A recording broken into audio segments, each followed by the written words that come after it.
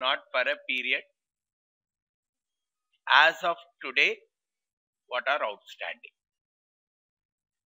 To be received in future or to be paid in future. Whatever is outstanding to be received in future, we call them as assets. So when we say received, it could be either in the form of cash or in the form of usage. Probably it's like which could be received or consumed in future.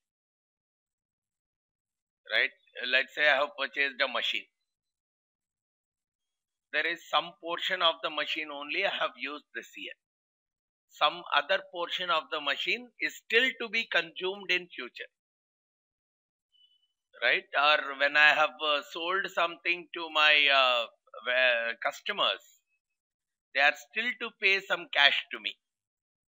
Some benefit to be received in future or some benefit I get out of the usage of something in future.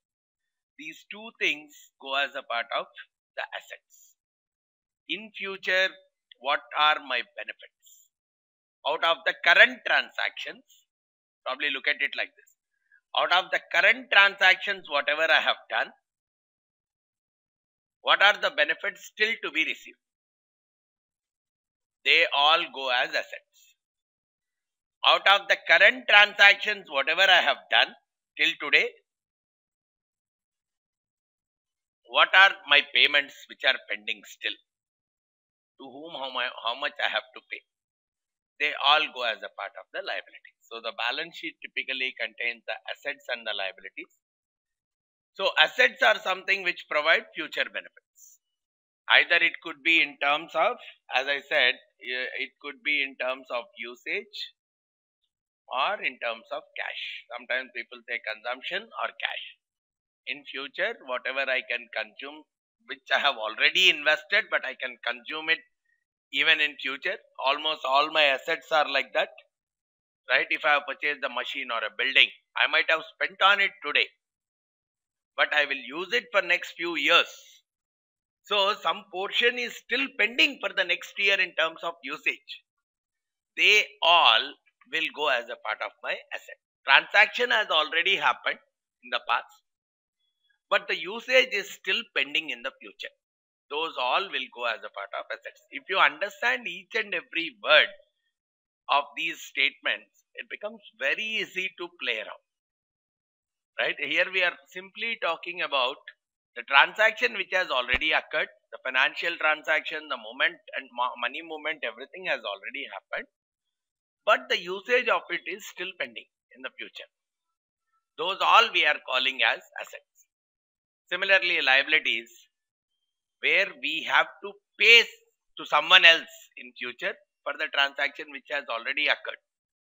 Let's say I have taken the raw materials from my vendor, but I did not pay to him, pending from my side. I have taken a loan from a bank, I have to pay to them, pending from my side. Right? I did not pay the last 2 salaries of my employees, pending from my side. I have to pay something towards the pension of my employees, pending from my side. Right? As of today, these are various things which are pending from my. I have to pay taxes, pending from my side. As on that particular day, for the transactions which have already occurred, what all are pending from my side to be paid? They all go as liabilities. What all are pending for me to receive or use? They are all coming out as assets. Right? So the list of these assets and liabilities, once I list out all the assets, all the liabilities, the difference between the two is what we call as owner's equity. And this is what is the portion of the owner's capital in the business. Is the portion of owner's capital in the business, which means if at all the company goes bankrupt today, if at all the company shuts down today, right? Logically speaking, all these assets is the total worth. Let's assume in a very simplistic sense, whatever are the worth of these assets, whatever the different people, whatever is outstanding to different people, they'll take some portions from this. So whatever is left, it goes to the owners or the shareholders. So the shareholders' claim on the company is what is called as owner's equity. Whatever, so if it is positive, the shareholders will get something. If the company winds up today, if they are negative, it means that shareholder will get zero. He is losing out his entire money. That is what we are defining as owner's equity. And when do I put something in assets and liabilities? The future economic benefit should be probable. To a large extent, there should be a good chance that I will receive this money. If I'm sure that I will not get the money, I should not show them in asset. I'm sure that I will not pay the money, I should not show them in liabilities. There should be a good amount of what you call probability or chance that that is the benefit. And that should be measurable also. Something which is not easy to quantify. As I talked about customer satisfactions and all, they cannot be monetarized. Right? If I cannot quantify or monetize those kind of things, they will not go into the balance sheet at all. Only something which can be measurable and probable. If I know this guy will not pay to me at all, I should not show as future benefit. Only if I expect that he will pay to some extent or other, I'll show it in my balance sheet. Otherwise, I'll remove it. If I am very much sure that he is not going to pay, I should not show it in my balance sheet as a future benefit, because I know that I will not get it. Better show it as a loss in your P&L statement saying that you will not get it. Getting it? So these are some of the rules. And the most common way people present the balance sheet is the classified balance sheet, where assets are divided into current assets and non-current assets. Liabilities are divided into current liabilities and non-current liabilities. That's the most common form of presentation of the balance sheet today. Right? You'll see those 4 headings and owner's equity, 5 headings. Right? Current, non-current for assets, current, non-current for liabilities, as well as owner's equity. But in some cases, you will see the liquidity-based presentation, which is generally done by, used to be done generally by banks and some financial institutions, wherein it is not in terms of current, even within current also, in the increasing order of liquidity. First cash, then something which can get converted into cash very easily, something which will get converted next, probably some short-term investments which will take 3 months to get converted into cash, probably something else which takes 6 months to get converted into cash. That is what is an increasing order of liquidity kind of a representation. But the most common form is current assets, current liabilities, long-term assets and long-term liabilities kind of a mechanism itself.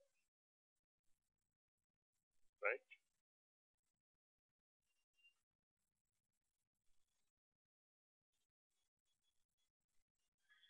Typically, from the balance sheet standpoint, what all things you can assess from the profit and loss statement standpoint, we were able to assess the profitability of the company, gross profit margin, net profit margin, some ratios we were able to compute using the common size income statement. Like that, from the balance sheet, you can assess the liquidity position of the company. Liquidity position is primarily coming from short-term obligations, whatever are there.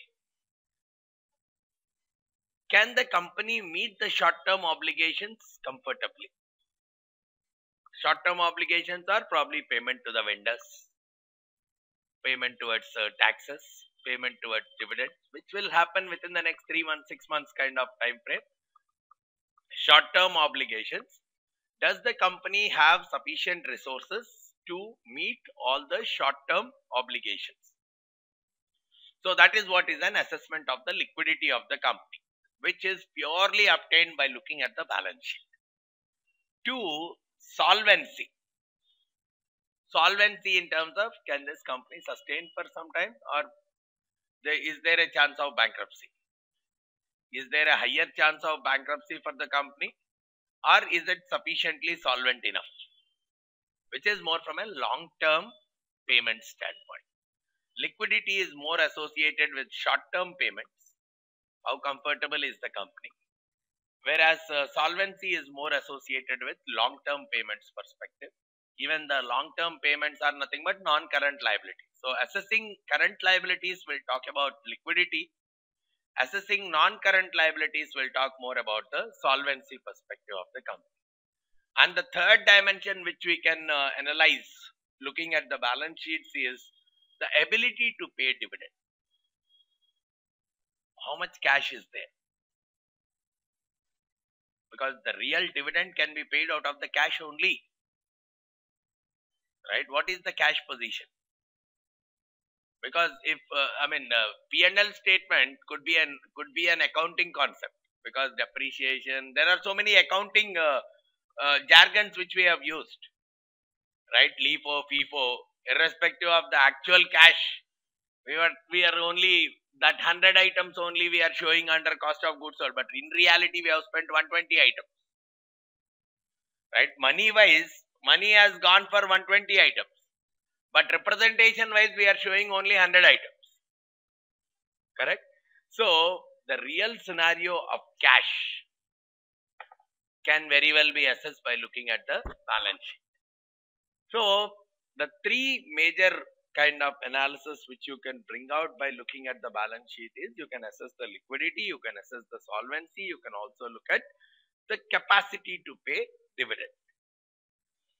And the major limitation for us is, see, whatever we are seeing as a part of assets or liabilities, they are not the current market values or the fair values. See, if they are the fair values or the current market values, it is as good as if my company is winded up today, I'll get that much. But because they are not market or fair values, some of them are fair values.